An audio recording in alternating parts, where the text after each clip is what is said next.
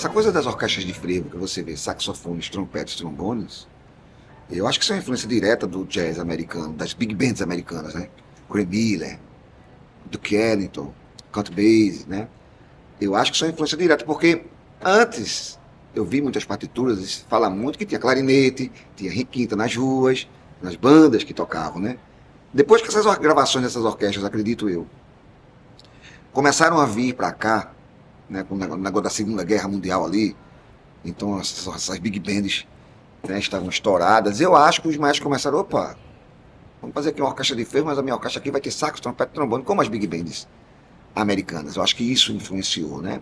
Capiba, né? Que é um pernambucano que morou em Campina Grande, mas que veio para Recife. Ele era líder da Jazz Band Acadêmica, que é uma, olha o nome, Jazz Band Acadêmica, né? Uma jazz band, quer dizer, jazz, até no nome mesmo, né? Mas existiram outras jazz bands que tocavam muito frevo, como a de Severino Araújo, da Orquestra Tabajara, da Paraíba, né? Mas que circulava no Brasil todo, essa orquestra, fantástico. E tem uma gravação de Vassourinha, por Severino Araújo, e que tem improvisos, né? Ele vai mostrando variações, como fez Felinho. Felinho é o apelido de Félix Lins de Albuquerque, um multi-instrumentista daqui do interior de Pernambuco, que era um prodígio. Então, aos 15 anos, ele já era regente de orquestra, mas ele ficou realmente famoso por causa das variações que levam o nome dele, as variações de Felinho, que para o clássico Vassourinhas, numa gravação de 1946, com a orquestra do maestro Nelson Ferreira. Tem uma crítica de Valdemar de Oliveira, que ele não cita o nome de Felinho, mas ele diz: esse pessoal que vive desgraçando o frevo, com improvisos, com virtuosismos europeus, etc. E aí cita Vassourinha, né, que fez isso com Vassourinha, não sei o quê, foi Felinho. Então, essa influência, inclusive o Valdemar de Oliveira bate muito forte nela, dizendo que não tem nada a ver essa influência, que isso feminiliza o frevo, né, que o frevo tinha que ser mais viril, etc. e tal. Feminiliza também as outras culturas populares. Felinho é tido como o primeiro cara a improvisar no frevo, né? Que no caso de Felinho, eu acredito que eram solos e não improvisação. Eram solos escritos, entendeu? Onde ele escrevia o improviso dele, escrevia o solo dele e solava ali. Eu não estou diminuindo em nada não, né? Cada escola é uma escola, cada tempo é um tempo. Nelson diz a versão das variações de Felinho. Tinha a revezamento de 1h30 de cada orquestra. Aí, 1h30, aí o pessoal ficava livre. Aí a chamada era Vassourinha. O pessoal começando um outro, aí num desses momentos, Felinho criou a primeira, aí botaram uma coisa para ele ficar, tornou-se essas variações, escrito, variações. Não tem articulação de música americana, não tem nada disso. Eles trocavam a orquestra sem parar a música. Então, e, por exemplo, Vassourinhas era uma fácil para isso. Porque o cara já tocou ali 2h30 o seu contrato, saiu o naipe de trompete de uma, entrava o naipe de trompete da outra, com aquela orquestra ainda. Aí de novo, saiu o naipe de trombone, entrava o naipe de trombone da outra. Aí, tá, aí entra no saxofone, daqui a pouco o último era tipo baterista. Mudou a orquestra. Mudou a orquestra e segue o baile, não parava, né? E comentam que Felinho, para não ficar o tempo todo, pediu para Nelson Ferreira para improvisar, né, para solar. E era um músico incrível, maravilhoso, virtuoso do instrumento, né, e que acabou gravando.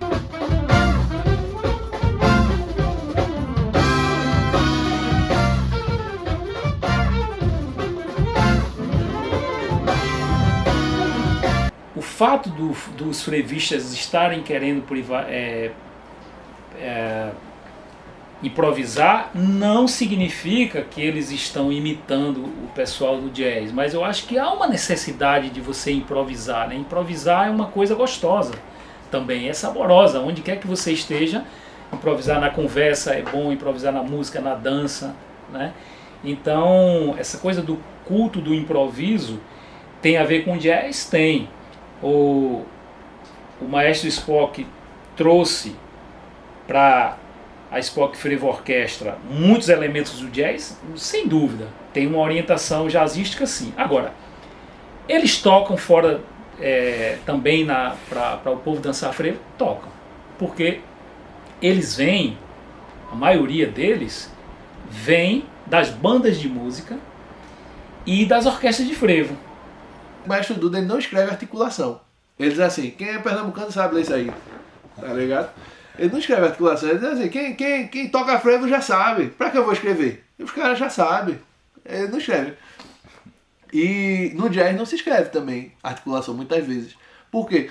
Porque é isso. E outra coisa, no jazz ainda acontece um negócio que é mais diferente ainda. Se eu chegar assim, vamos tocar aqui, trompete, baixo, bateria e piano. Botou a partitura do tema.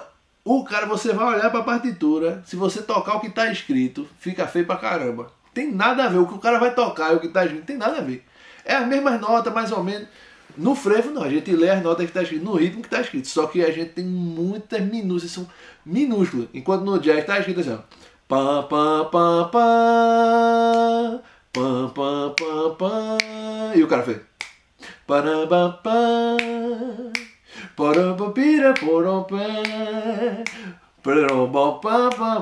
Ele vai tocar várias variações, vários negócios ali que não está escrito. No frevo vai acontecer, só que não é exatamente mudando notas. A mudança é minúscula, só que é muito difícil de achar. É por isso que ela fica difícil de executar e tem que estudar um bocado para fazer. As pessoas, os músicos conheciam e achavam interessante, achavam a música bacana, né? Complicada de se executar, mas eu acho que o que eles conheciam mesmo, mais principalmente, eram aquelas chamadas. Estamos aqui no Carnaval de Olinda, entendeu? Não. O cara executa de qualquer jeito, como eu falei, do espírito está presente, mas não necessariamente a escola. Como a gente estava tocando em teatros para o silêncio, né? E como a música instrumental é muito apreciada nesses festivais de jazz, a música instrumental. Como os solos, os improvisos também são apreciados nesses festivais de jazz, a gente resolveu pegar uma orquestra, pegar o frevo, que é uma música absurdamente de uma linguagem brasileira, assim como um choro.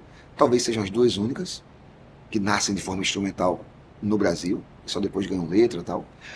Mas a oportunidade de pegar essa música e tentar executá-la da melhor forma que a gente alcançasse dentro do que a gente estudou. Então, se a gente tivesse que tocar um piano, que a gente tocasse o pianíssimo. Algo que não se faz na rua. E a gente não fazia isso. Nem nos palcos dos carnavais, que é sempre uma confusão danada. Mas no teatro, por silêncio absoluto, sim, era possível. Então a gente começou a pegar o que era piano e colocar super piano. Piano pianíssimo. Sabe? O que era forte, fortíssimo. Então a gente veio de um fortíssimo para um pianíssimo, algo que não era muito comum, talvez, nas orquestras de frevo. E junto a isso, a liberdade, né? A improvisação. Os arranjos eram feitos especificamente para que os músicos pudessem improvisar. Então, às vezes, a gente começava um frevo com uma cadência de um baixo.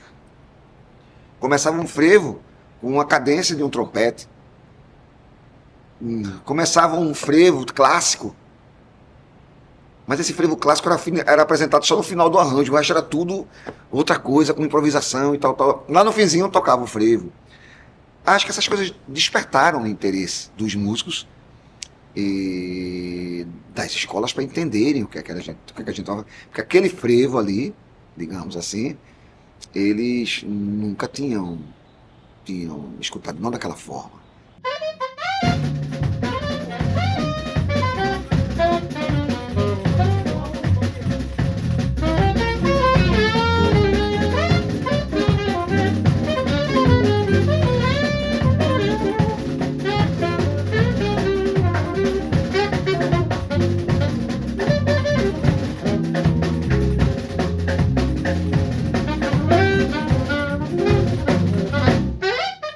americano é fogo, né? Ele cuida rapidamente da escola, né?